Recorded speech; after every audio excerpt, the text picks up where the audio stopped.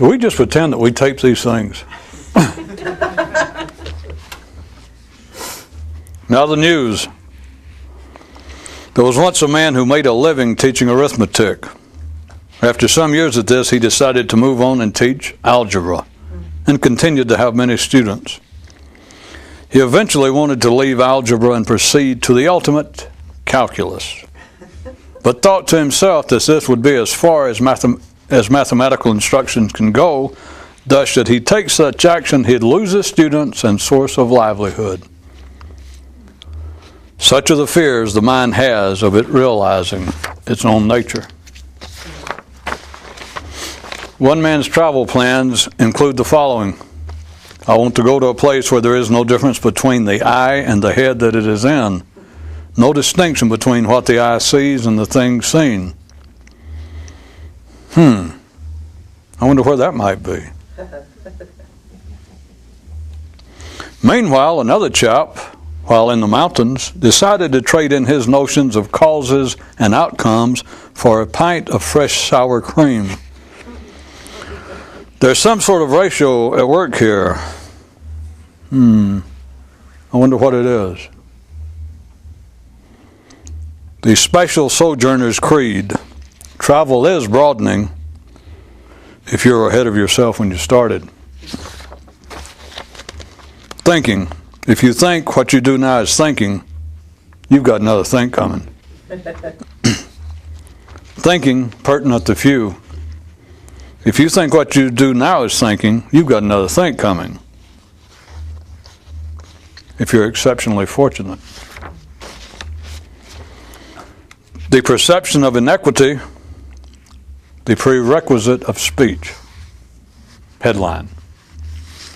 The evil one could scarcely be evil had he never been named. Those who speak of others not seeing the truth are speaking of themselves. One man could form words into arrows, then into targets, and with the correct listeners, into silent and visible arrows, the kind that do the real damage. The mind has no preferences in what it thinks, else how to explain the thoughts that continually run through the minds of the civilized and erudite. Noise is noise is noise to machinery of which the noise is a natural byproduct. A weekend mystic on a Saturday declared, I will not be free until my dog and cat are also free. And his dog and cat looked at one another, silently sharing the thought, here we go again. The next day the man saw this story, and after much pondering over what his pets had meant by that, could come to no conclusion. The Special Sojourner's Credo, number 2. Why make yourself look foolish by saying that you want to go to a certain place when you not only have no idea where it is, but even what it is? One guy's motto used to be, many things in life are funny, but this is not one of them. And someone in the crowd shouted, why did you say used to be? One guy's motto used to be. And one guy's mood, quote, I am almost certain that my greatest present obstacle is in me thinking of me as being the thoughts that pass through me. And yet, even me feeling this way, it's still near impossible for me to stop. Another man hearing this pondered, how long, with any shred of benefit, can a man continue to hear the truth repeated over and over again? And on top of this, a third man could only drolly muse, the mind, the mind. What can I tell you? Special states of consciousness in the matter of knowledge. That which the awakened know is something different from knowledge. And now this late-breaking story regarding discovery. One man made the same discovery over and over again. This eventually affected the value of either the discovery or of him. And now this discovery regarding late breaking. Forget it.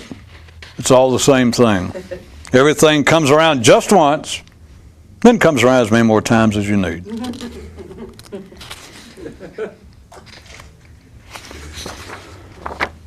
Upon hearing it said, one man wandered about for many days, slightly dazed, repeating to himself quizzically, knowing something that is different from knowledge? Knowing something that is different. A father said, everyone wants to find a way out of themselves. And his son said, does that include the mind? What else would we be talking about? A man who had been studying with a mystical teacher for many years finally asked him point blank, are you awake and enlightened? And the teacher said, I'm ashamed to answer that. And at first the man was disturbed, believing that he had understood the reply. Then later he was not so sure. Then sometime after that he had to completely revise his initial conception of what the teacher's response represented. All talk is theory.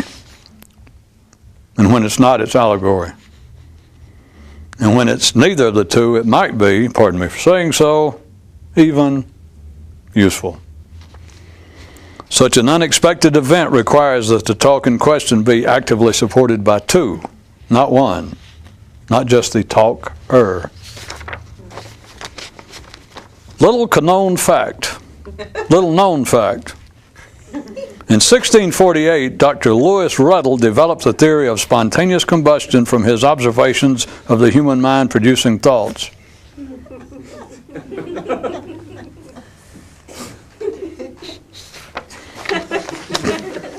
Sounds heard coming from a locked room. Man, I'd hate to be in your shoes. Man, I'd hate to be in your feet. Man, I'd hate to be the flesh in your feet. Man, I'd hate to be the bones in your flesh. You want that I should interpret all this for you, or you just want to wait for life to come close the place up?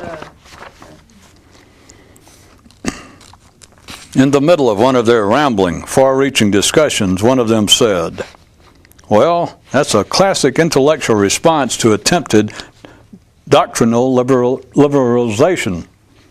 A comment that momentarily stopped the conversation as they repeated it silently to themselves.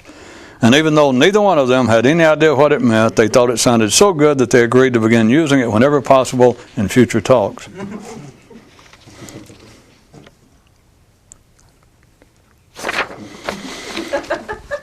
When they commence that certain adventure, everyone wants a name tag, a banner declaring their unique intention. By the time they get far enough to actually understand what the journey is about, they'll find such things to be just unnecessary additional sources of embarrassment. Note, if you grasp the root reality of this message, then you've gone past the point where it is pertinent to you. Not surprising that the special sojourner's public identification of himself and his goal is always best expressed by silence. As he rode along, happy in the saddle, one man would sing, "Don't you lie to me, don't you lie to me," to himself. But note, as cutesy as that may strike you, the real trick is not in not lying to yourself, but in not listening to it. On the trail, the sun will burn all. It's your responsibility to apply the screen. To himself, one man thought of his private inner struggle as going by the name of the Dietrich Hammerman Expedition, based on the obvious facts that he was not Dietrich Hammerman and was not going anywhere.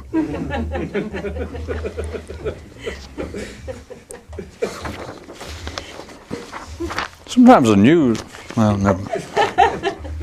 It's not my job to editorialize.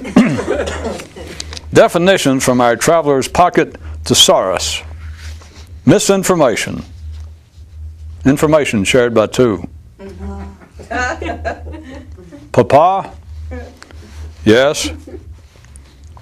Can one man seem to be two? Well, that is in fact an operational description of an ordinary man.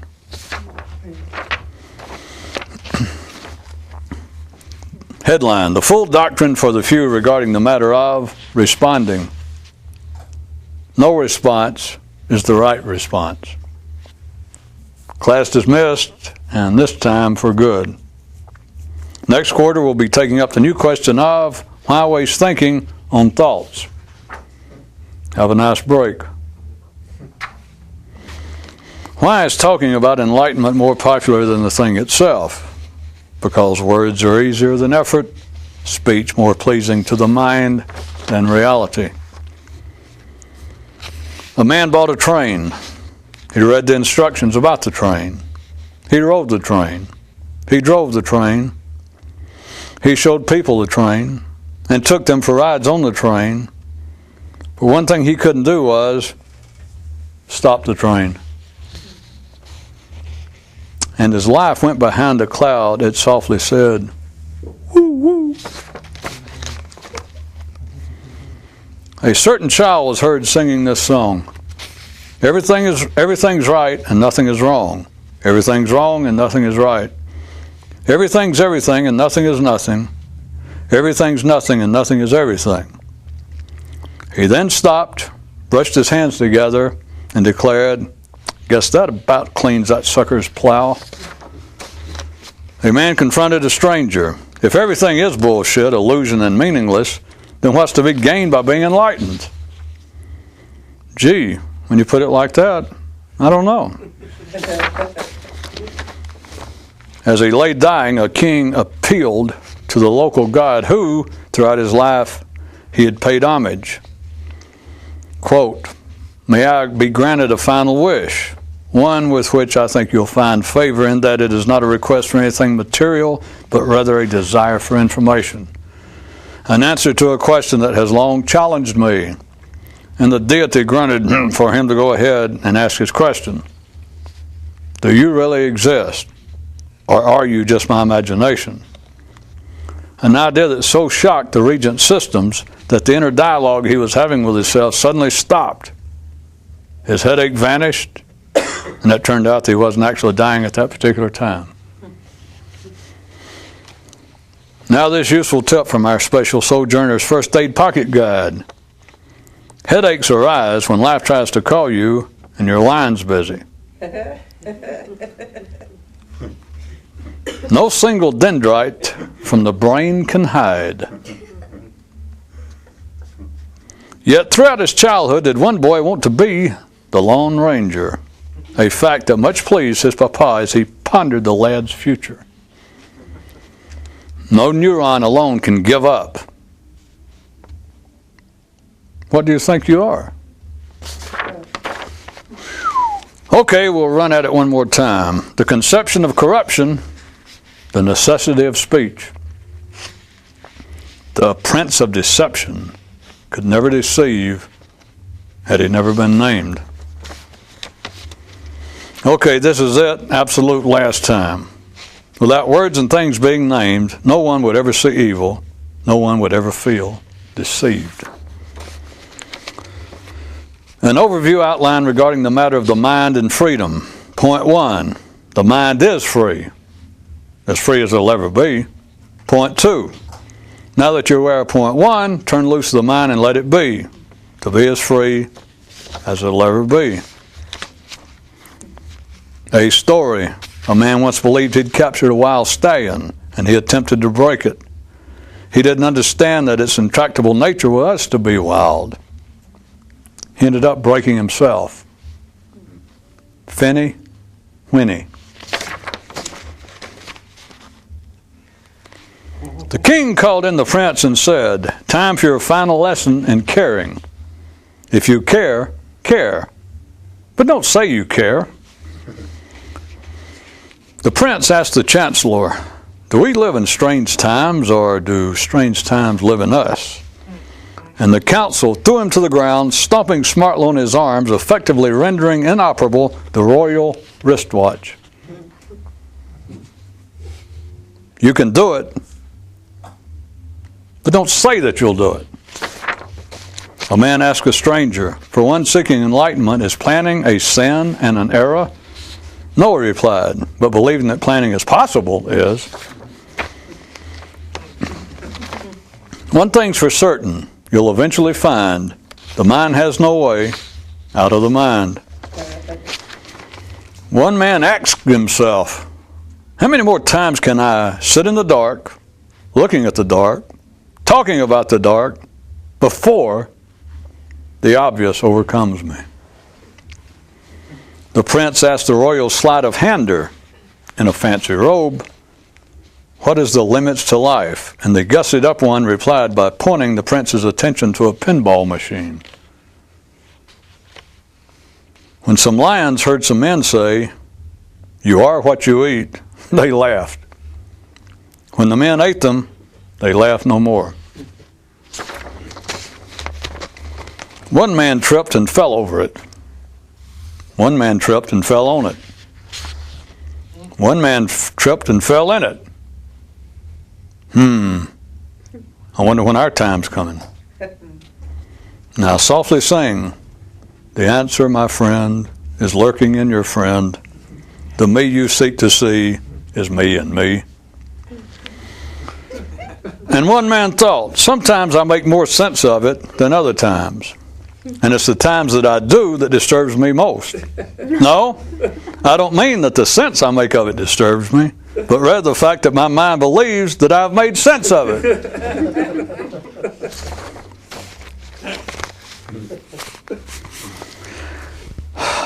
Feeling regret as he was about to swat a fly, a man said aloud, it seems a shame that the world is not big enough for all of us. But it is. So why am I doing this? But don't wait for an answer to that coming from me. The man later read this account of himself and the fly and wondered if it was all in his head. In his head. In his head, just as always, when something worthwhile occurs. In the middle of his special jungle sojourn, a man with a gun in his hand paused and to himself said, why can't thoughts be killed? What valuable information am I missing here? Children look at action. Beasts look at action. A man should look at thought, and after having seen it, look away. Legend recounts these words from an unidentified source. Once I felt sad for men who live ordinary lives and fail to strive for enlightenment. Now I am sad for those who strive for enlightenment and fail to live ordinary lives. Before the train would reach each town, the conductor would call out its name. He sat down with a young lad and said to him, every place has its own name, but tell me this. Which do you picture first, the place or its name? After reading of this incident, one man said, am I stupid? Or is it just me? For his birthday, one man drove across town and backed into this personal ditty. Life talks to cows, life talks to sheep. Life talks to me in my sleep. If I should die before I wake, that'll be about what I expected. Wow. Bummer for a holiday, huh? After much investigation, one man put it down on paper.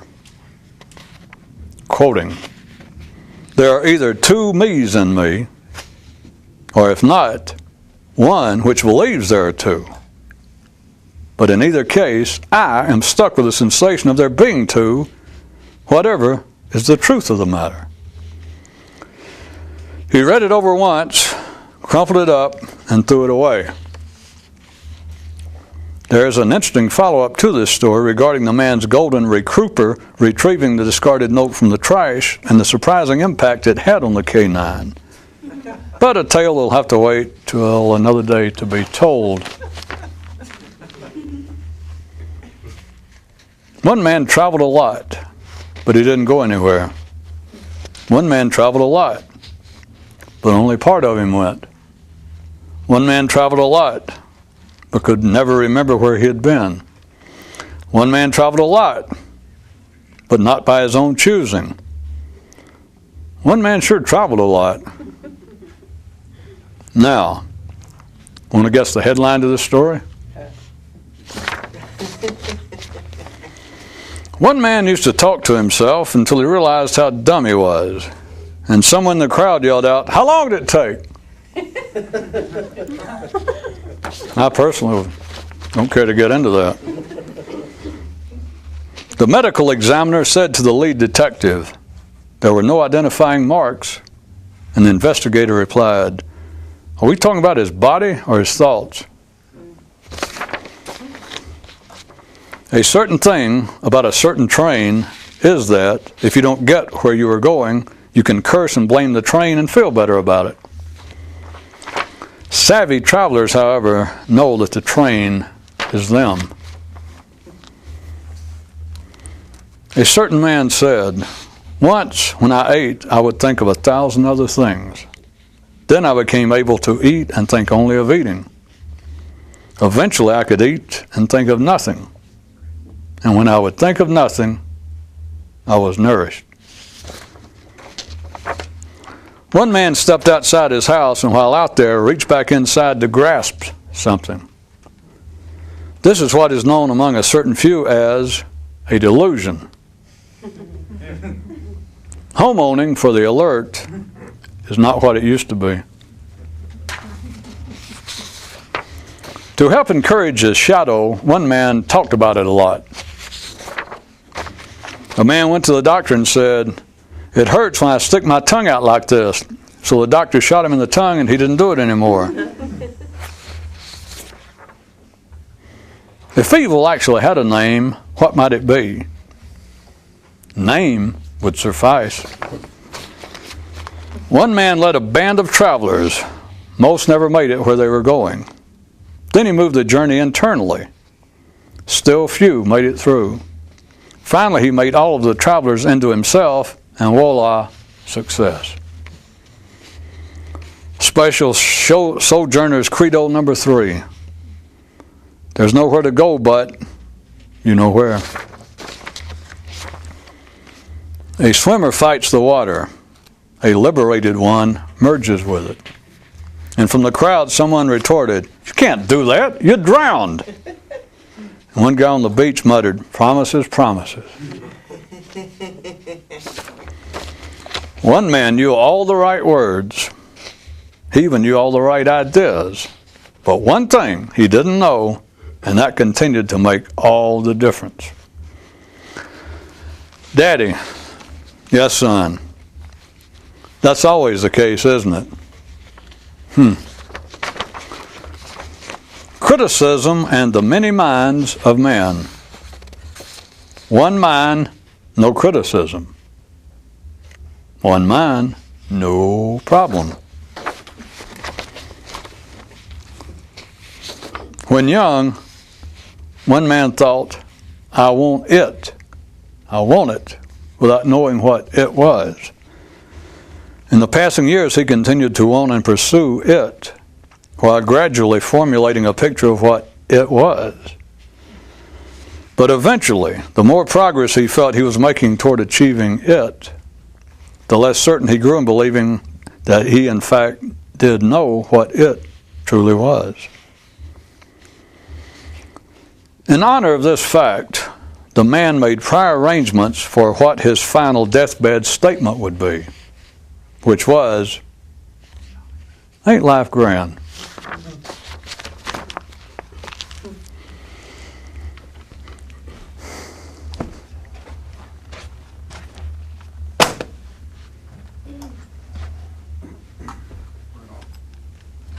That was the point.